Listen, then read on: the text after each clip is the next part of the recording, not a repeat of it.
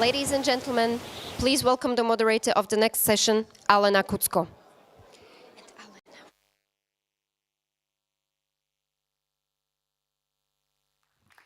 Thank you so much for being here with us to talk about priorities for the next European Commission. You probably heard yesterday the opening speech of President von der Leyen. She talked a lot about shattering of illusions that Europe had, particularly illusions that Europe has been having about its own security, be it economically and militarily. She also urged that we cannot afford to have any more illusions. We made it the mission of this panel to discuss both the illusions that we've had before, but also illusions that we might have going forward. And for that, I would like to welcome on stage three fantastic speakers that we have with us today. We have Jozef Bátora, Professor of Political Science and International Relations at the Comenius University in Bratislava and Webster University in Vienna. Welcome, Jozef. We have Wilhelm Molterer, who is chairman of the board of directors at GLOBSEC, but also previously vice chancellor of Austria. Welcome, Wilhelm. And we also have Techau, director of Europe at the Eurasia group, but he also had a great career at the German Ministry of Defense. Welcome, everybody. I will start with a little introduction. The sense of urgency about the need for change is definitely well understood in Europe. There is a flurry of efforts to define what the next EU Commission and the entire European political spectre should be doing in the upcoming 5 years and forward. We did want to contribute to this effort as well and did an exercise of our own. We consulted people from Central and Eastern Europe. We talked to people from the governments, to experts, politicians, businesses, people who do industries, people who do technology, energy, and who not. And we came up with our own set of priorities and recommendations for what the EU Commission should be doing.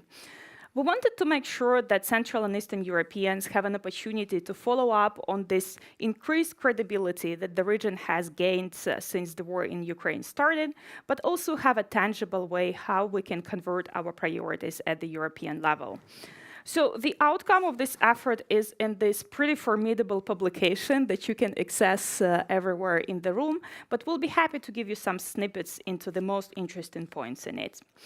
I would only want to share two primary conclusions that really stand out from this exercise. As high as the expectations are, the skepticism about what's possible is high as well. The urgency of the moment makes people want the European Union to become something that it has never been before. For example, a lot of voices that we've heard to want Europe to become a security and defense-minded union.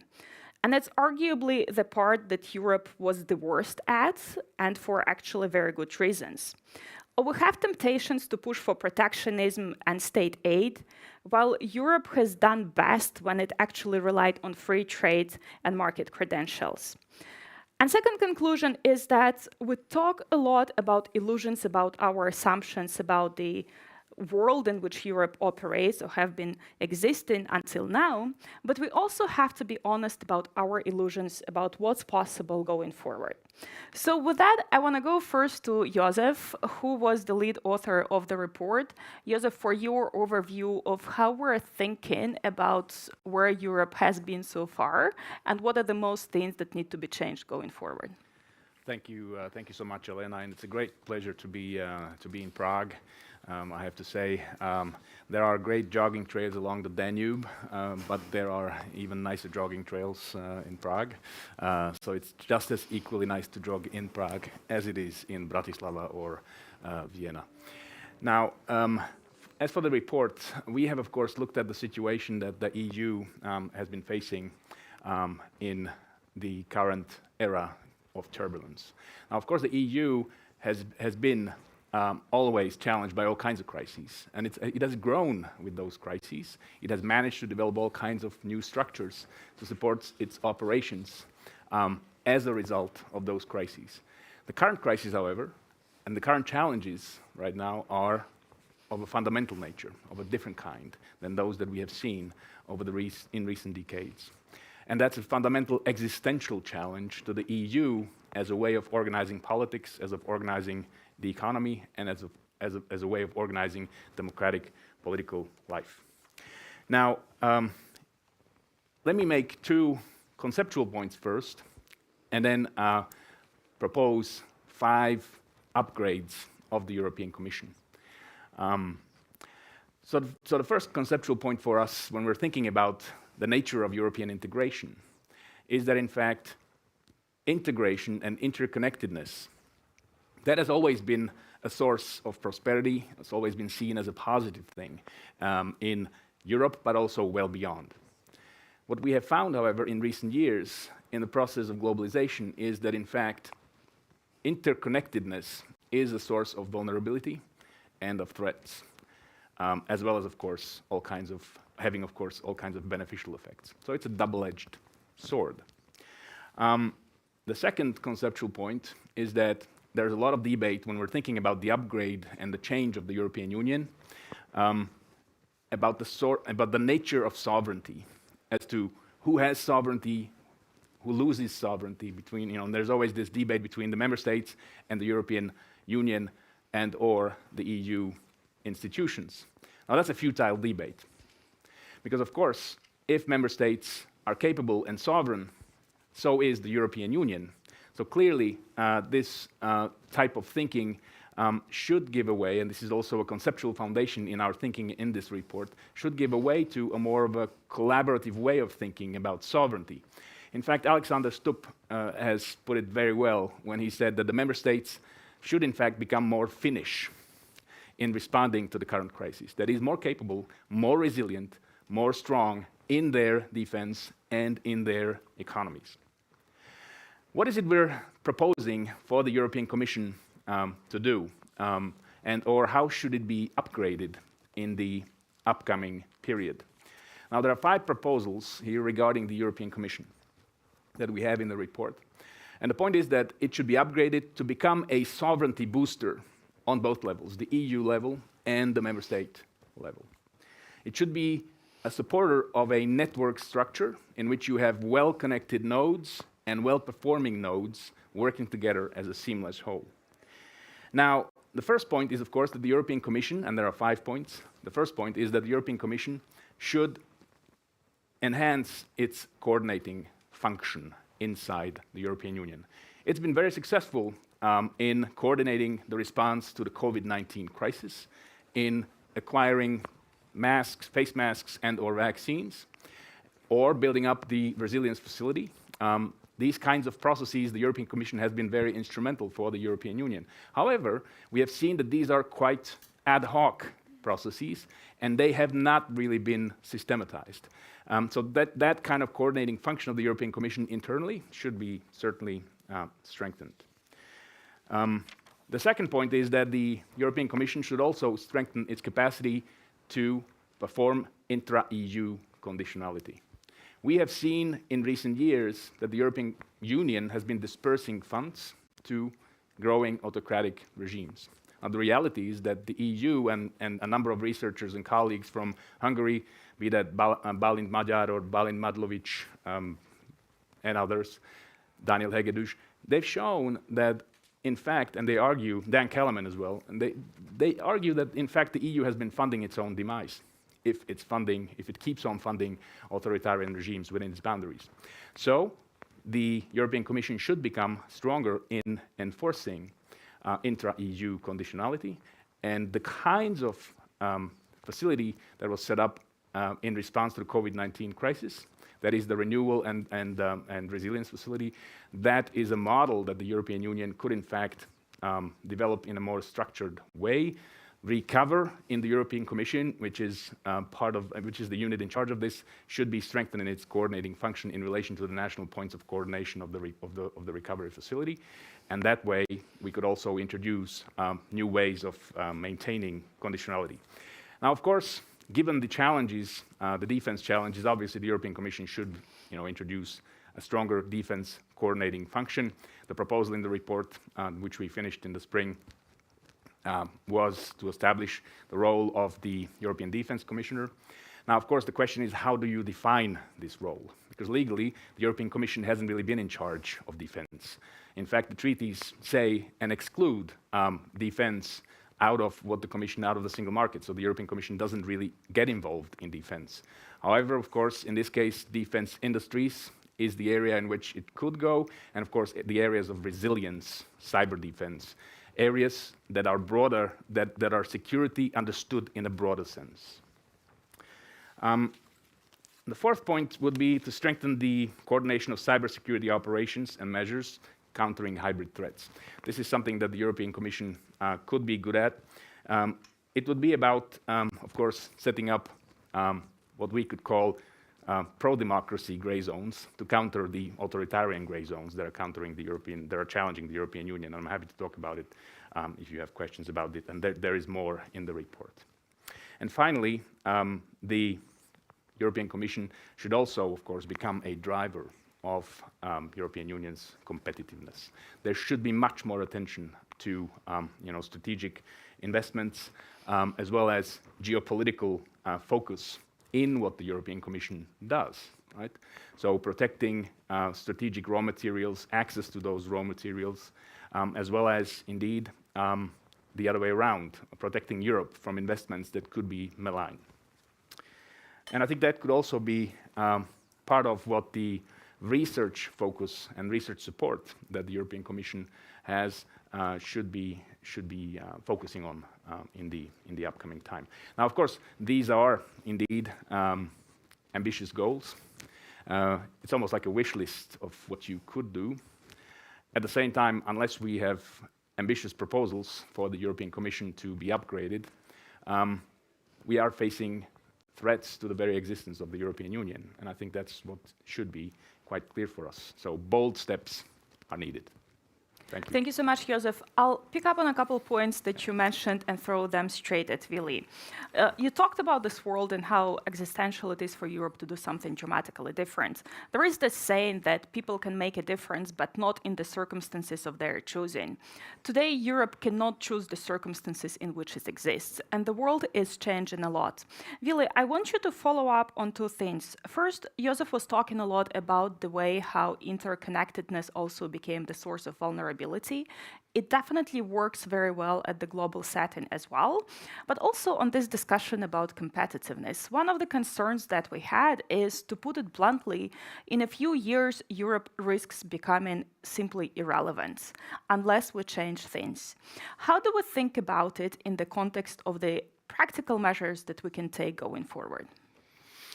Well, I think the key question for me is, what's the ambition of the European Union? And if it is clear, and it is crystal clear, that the new global order is getting to, let's say, be developed, the level of ambition of the European Union has to be to play a crucial and important role in this new global design. And this is, for me, the guiding principle where to go. And there are some preconditions to be ready and to be able to play this strong and global role. First, it's about security and defense. We have been naive on that. And if one had listened just a couple of minutes ago what Mette Frederiksen said, the Danish Prime Minister, on that, I couldn't agree more. Because, this issue is key, not just to defending our territory, but also to be respected as a global power. Power is back. We should stop to be naive on that. Means defense and security. Second, if you want to play a global role, you have to defend your industrial base and your economic base. Without economic strength, the military and the political strength is not fit for purpose. Means stop also to be naive. This way of thinking, Europe first, is something that has to be developed. We have to defend our interests also in the economy and industry, which means we have to do a lot to strengthen the competitiveness, to increase and to close the gaps on the single market, and we have to be more and more ambitious in deregulation, to make the industry and the businesses stronger in this respect. The third element is we have to, and the report is telling a crystal clear language on that, we have to be bold on being innovative and being way more courageous in using new technologies. What is going on currently in the AI is just one example. You can go further on the bioeconomics and whatever happens. This capacity to be innovative is, I would say, needs further improvement. And what's specifically needed, and here one of the key priorities for the next Commission is to develop the capital market in a way that is really supporting not just the startups, but supporting also the scale-ups and the growing companies. Because if we are not doing that, we are financing research and we're financing the startups, and then the companies are leaving Europe and they're going somewhere else in the world. Means innovation, and specifically also this digital skills issue is what matters. Fourth point for me is what you have said, Jozef, is the question of strategic autonomy. I think the concept is a right one. I'm not totally sure whether the word autonomy is the right one. Strategic responsibility is something that we have to develop around the energy sector, around the critical infrastructure, around raw material. We should not, let's say, change from one bad thing to another bad thing. This means it's also part of defending, let's say, our industry and our economy. Next point is, I would stick to the targets of the Green Deal, but I think it's necessary to redesign the implementation. What we have done is a right approach in setting targets high, but Europe made a big mistake. Specifically, that's my personal point of view, deviating from the very fundamental principle that politicians have to stay neutral if and when it comes to technology. That is something that has to be done by the business people, by the industry, by the researchers. And the European politicians, they took the decision on not just setting the targets, but also on technology. Automotive industry is, for me, the key example. And then there are two critical elements in closing, let's say, we're making the picture broader again. We are not fit for managing migration in a proper way. And we need migration, to be quite honest, if we want to go in the long-term perspective to have the proper skills in Europe, which also means invest more into integration. And the last point is we need to be bold and more courageous if and when it comes to enlargement of the European Union. What we are currently doing with our friends in the Western Balkans, not currently, over the last decades, is weakening us. And it's bringing this guy into other directions of travel. And if we want to play a global role, a stronger global role, needs also be more ambitious on neighborhood. I close with one issue. Ursula von der Leyen said yesterday something very crucial. This Central Europe is central to Europe. Do we understand what this means? It's an invitation for this region to speak out loud and not to wait what others are telling us. It's always fascinating to see Austrian Vice Chancellor talk about defense as priority for Europe. So thank you so much for emphasizing this point. Jan, I'll go to you. You've already heard probably about 20, 30 things that Europe needs to be doing. And I'm sorry to pick up on you and the fact that you're from Germany, but I wanted also to get your feeling of how fast we can onboard at least some of these priorities. And as always, when we move forward and there are so many different competing interests that align, inevitably we end up with the lowest common denominator that's possible and feasible to implement. What would this common denominator going forward would be? Thank you, Alena, and thanks for having me back at GLOBSEC, which is really great after a couple of years. I spent 5.5 years in Brussels, and the Brussels principle is that of the Christmas tree. That's a consensus-building mechanism that everybody can put their little ornament on the tree, and then you have consensus because that's the list of things you want to accomplish. Prioritizing is the big weak spot of Brussels because, among 27, that's the hardest thing to do. And so, when I was in Brussels at Carnegie Europe, at the time we were always arguing for this, and then, of course, it never came forth because it's too difficult. I will pick from that Christmas tree 3 points that I want to make, but I want to proceed with one small little point echoing what Mette Frederiksen said yesterday when she received that award at the dinner, and probably said also this morning. I wasn't there. And that was a model of clarity. That naivete must go, and Ukraine must win this war, not just for the sake of Ukraine, but for the sake of ourselves. Doing everything that we can, including the Commission, to help them win the war is a massive investment in our own security. And it's a relatively cheap investment, compared to the bang out of the buck that you get from it. It sends a massively important message, not just to the Kremlin, but also to the Chinese and to our allies across the Atlantic. So that is a key priority, and the Commission, of course, has limited means, limited ways to go about it, but it should actually prioritize that massively. And that has an enlargement component, that has a market access component, that has a frozen assets component. So there are a couple of things that can be done. That would be kind of my meta recommendation, because I think this is really the issue of the day. It's urgent, it's burning, and it would create an enormous return on investment if we did it properly. But here are my 3 ornaments from the Christmas tree. The first one, and I agree with my 2 colleagues here on the panel, is competitiveness. The big problem that we're facing across the board in Europe is that we're basically almost all of us in a fiscal squeeze. Look at the 4 or 5 bigger countries in Europe. All of them are in fiscal dire straits. Debt to GDP ratio in France is 110. In Italy, it's 140. In Spain, it's 105. In Germany, it's 63, so it's much healthier, but at the same time, the domestic landscape is so difficult to go into more debt that it basically ends up doing the same thing, which is not doing enough. So basically, at the very moment that we face the biggest geopolitical challenge in 2 generations, we're basically all broke. I'm simplifying a little bit.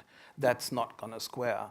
We need to create fresh money. We need to create wealth. We need to create growth. Otherwise, none of these strategic pipe dreams that we're having is going to materialize. So whatever the Commission can do to boost that, I mean, the main homework needs to be done in the member states, quite clearly. This is also something that we need to say as a general point. The member states cannot delegate the hard work to Brussels, but the Commission must incentivize and must press. One of the things the Commission itself can do is deregulate, is actually regulate less. There are perhaps a couple of people in DG Enterprise that should not be on the prowl for the next nice regulation that they can invent. And I'm saying this as somebody who's talked to these people who really basically sit there and wait for the next regulation that they can invent. That's not really necessary. It's not creating value added for the European Union. So whatever creates that fresh money to make us strategically more capable should be a total priority. The second thing is, and this is extremely difficult, is migration, because migration is the one issue that eats our democracies from within. We're heading into an election tomorrow in Germany, state election, that will alter the political landscape in Germany. A landscape that has already changed but hasn't really been visible. Now it's going to be visible. Tomorrow at 6 o'clock, you will see the results. That is mostly a migration, not exclusively, but mostly a migration-driven issue. It's the cancer that eats the whole damn thing from within. The latest EU migration policy that was adopted last year and earlier this year is not going to do the trick. I know it's difficult because the member states are so reluctant to go into solidarity, to look at border protection, the dissemination process, the repatriation process, the asylum procedure. All of these things are difficult. But if we cannot find a proper pan-European solution on migration, that cancer will continue to eat our democracy from within. So that should be a second priority, in my opinion. And then the third one is China. We have a situation where basically the Commission wants to de-risk, but the member states don't. Again, I'm simplifying a little bit. Of course, the landscape isn't as clear as this, but by and large, it's correct. The Commission is quite ambitious on the de-risking. It has understood the geopolitical challenge that China poses also to the Europeans, buying into the European Union, dividing and ruling. And the member states, for their own reasons, especially my own country, Germany, but others as well, don't want to hear any of it, pretend to say yes, but in reality don't. Again, the Commission has limited means, but it is on top of the trade portfolio. And it has been using this instrument recently on the electric vehicles and perhaps on a few other things as well. We need to square that circle between a geopolitical necessity that I think the Commission has clearly recognized, but that the member states, for their own economic reasons, are very reluctant to embrace. Now, that might actually collide with that competitiveness and growth agenda. I understand this. But China-based and China-based and China-induced growth is perhaps not sustainable growth. Some countries in the immediate neighborhood here don't want to hear this, but the price tag's going to come. And if we do not square that China thing, which is the next, larger conflict, much larger perhaps than the Ukraine conflict, even though not in our neighborhood, then again we have a massive kind of, long-term strategic problem that the EU is unable to tackle, not least because this issue will also be crucial in the transatlantic relationship. Our attitude vis-à-vis China will determine to a certain extent how our relationship with the US will be. So again, there's a Commission thing that's extremely hard to tackle. But out of this Christmas tree and all of this stuff is important. Defense industrial is important. The next multi-annual financial framework is hugely important. There are so many other EU issues that are at stake. I would pick these three because I think, for their own reasons, all of them have an existential element to it. Thanks so much. I want to remind everybody that you can ask questions on Slido. You just need to use the hashtag GLOBSEC 2024 SC, but there are also microphones in the room. If you would like to jump in with a question, just raise your hand and we'll make sure that microphone comes to you. I want to unpack a little bit a couple of points that were mentioned before. Let's stick for a second with the defense portfolio. Everybody mentioned that we need to do more on defense. At the same time, realistically, there are certain limits what the European Union as such can do. Jozef talked about the limits, what the Defense Commissioner can do, what the Defense Commissioner cannot do. Jan, I'll start in reverse order and want you to follow up on these elements. How would you see the defense portfolio that the EU Commission can realistically have and the one that would make the most sense? I think the key issue here is not to overpromise. Do not create a defense commissioner, with the intention to make people believe that for some reason this will turn the EU into a strategically decisive defense player. It is not going to do this. The EU is going to be an enabler. In every single official EU document that deals with defense, it says that itself, and it is second in line after NATO. Now that has its own issues, but I think we cannot overpromise because at some point the bluff will be called, and then those promises that we make will be tested, and we will not be able to meet the test. So that would be my first thing. When I talked to the Commission people the last time about the Defense Commissioner and the portfolio given to that office. It was quite clear that they didn't want to take the classic defense issues, military issues away from the External Action Service. So this will probably be a defense commissioner with an industrial component, the defense industrial element, which is key. And then homeland security, civil protection elements, these kinds of things. So stuff that is in the widest sense defense, more resilience really than it is defense. But it will not be a defense commissioner in the way that a defense minister at the national level is a defense minister. I think we need to reduce the level of ambition here because we will fail if we don't. Now, the value of this office is, of course, to first of all symbolize we are starting to get serious. This is important. This is on par with other topics that the Commission needs to be dealing with. And that for communications purposes is important. And if that commissioner can establish a defense debate in that college where it previously wasn't and where the high rep, especially the current high rep, wasn't particularly interested in military affairs, if that commissioner can at least partially change that, that would be a good thing. Jozef, did you want to follow up on that one? Or, sure. Sure, I can add a few points regarding the Defense Commissioner. Now, obviously, first a caveat, which is the Ukraine crisis and Ukraine war, Russia's attack on Ukraine has shown one simple thing, and that is what I would call NATOization of EU defense. That's the reality. I mean, NATO has become much more central to the defense of the European Union than it was 3 years ago. We see that on several indicators. That's, of course, the membership of Sweden and Finland in NATO. It is the acquisitions of weapon systems in the EU member states, and those are very often US systems. The F-35 program is a good example of countries selecting US weaponry. There are a number of other examples. A third point here would be, of course, the bilateral defense treaties with the United States that allow EU or European member states of NATO to receive US troops and provide seamless mobility of US troops across the EU territory.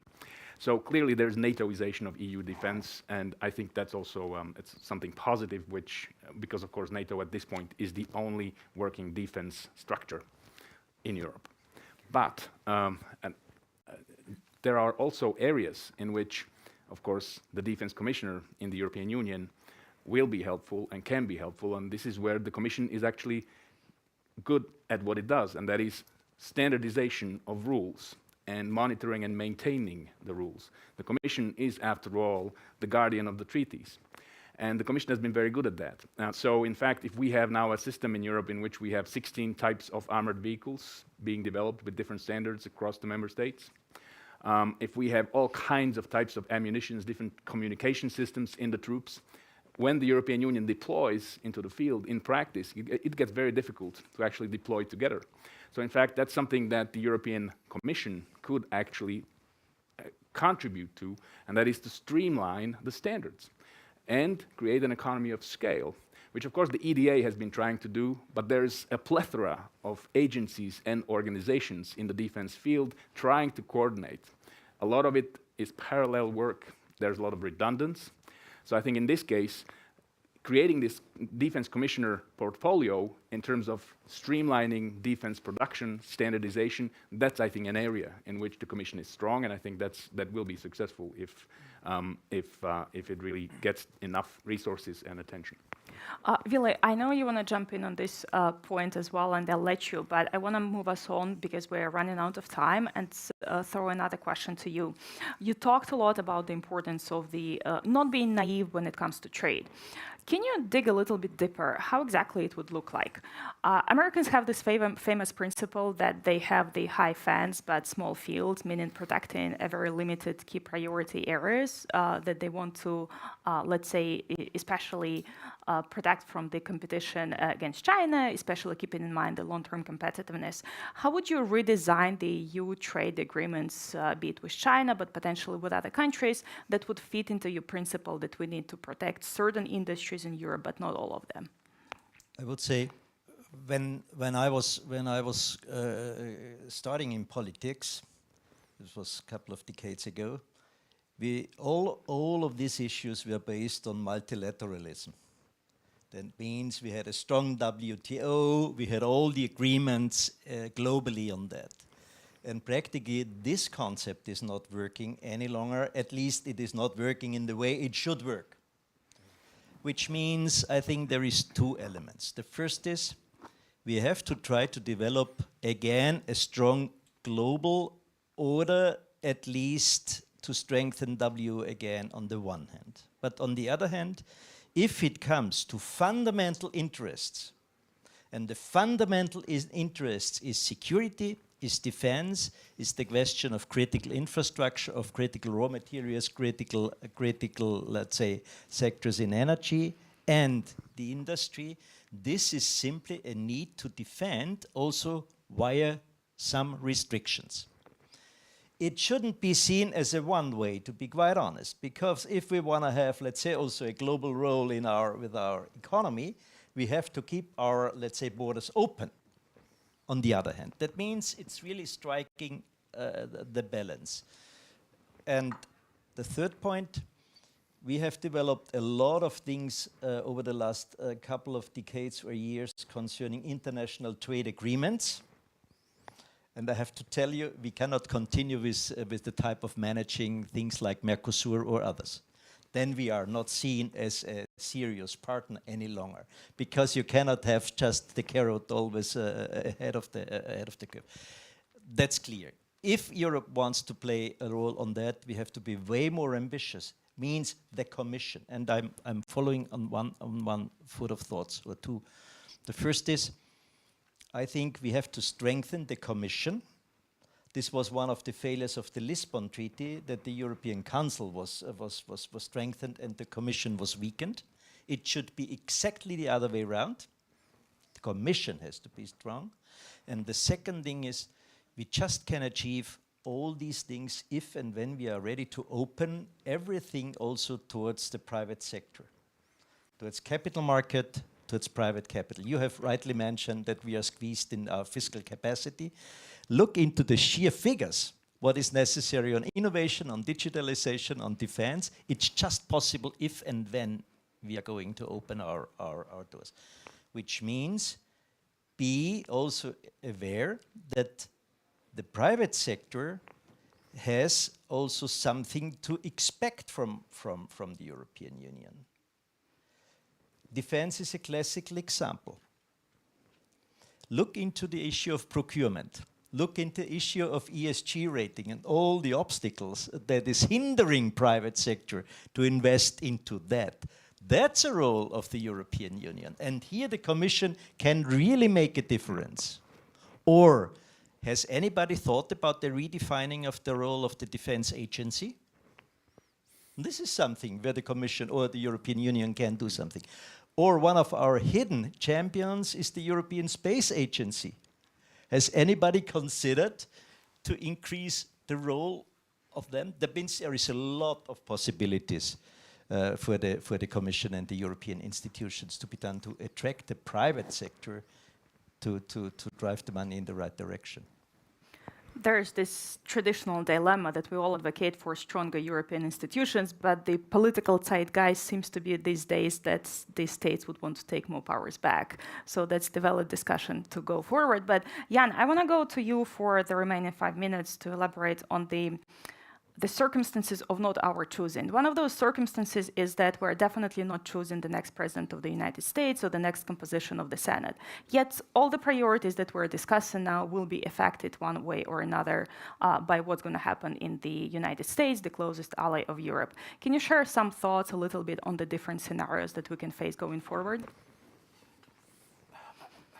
I'm not sure that I can say anything that hasn't already been said like 2,500 times in this debate about the upcoming US elections. I think essentially, regardless of the outcome, the homework for the Europeans will be the same. We have a little bit of a Trump obsession for very good reasons, because that could be a quite negative scenario for us.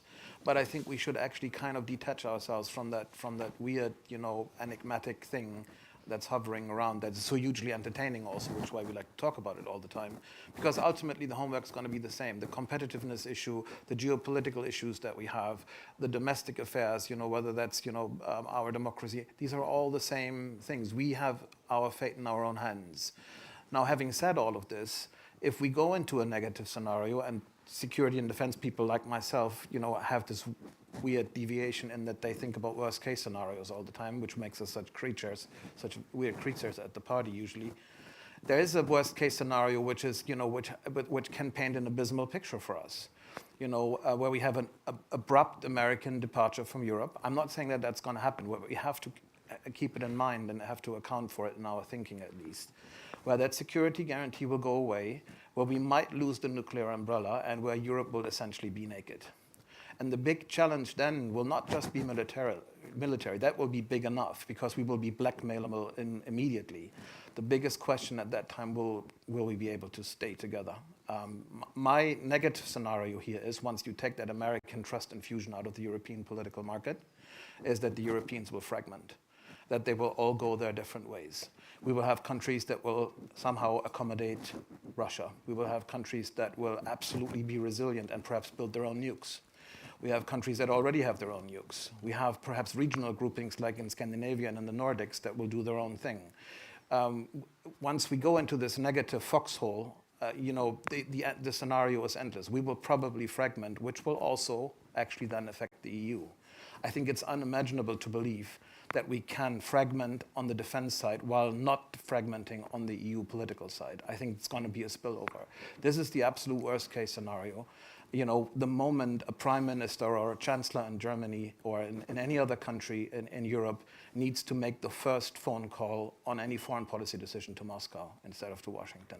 That moment is the moment where the European situation as we currently enjoy it and all of this wonderful stuff we enjoy here will end. And we need to keep that in mind, even though it's probably not going to be that way. But that needs to be in the back of our heads, because the worst case scenario is possible. It's perhaps not probable, but it's plausible.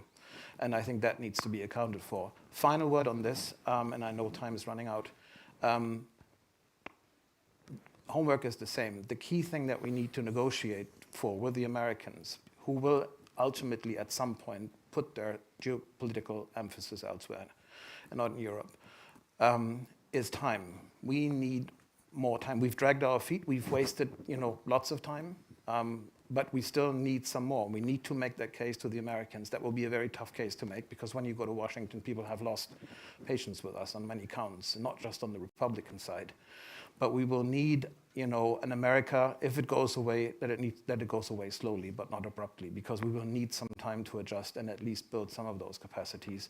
So, if the worst case comes to pass and America leaves, that rearguard action that we need to fight with them, apart from all of the stuff that we discussed on our own homework, our rearguard action is to buy us time from them, because otherwise, an abrupt ending will lead to massive political confusion and chaos in Europe. That's my negative scenario that I actually sometimes dream about at night.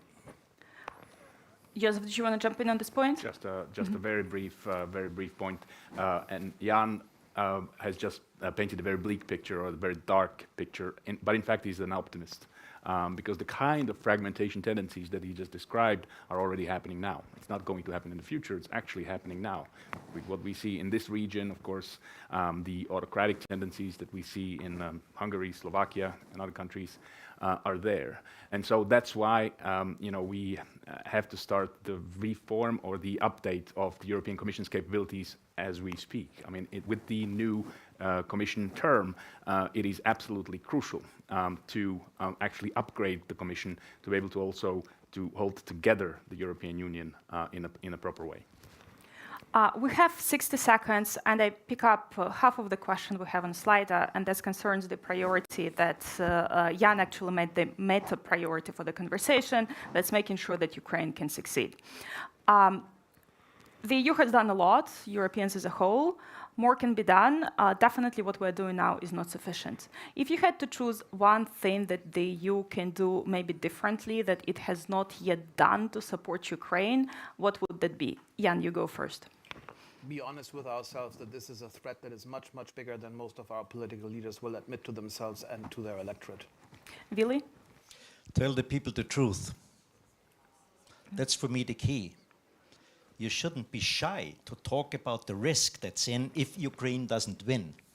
Because sometimes we create the impression that, okay, more or less, we will manage. Wake up, friends, and what should happen worse than a war in Europe?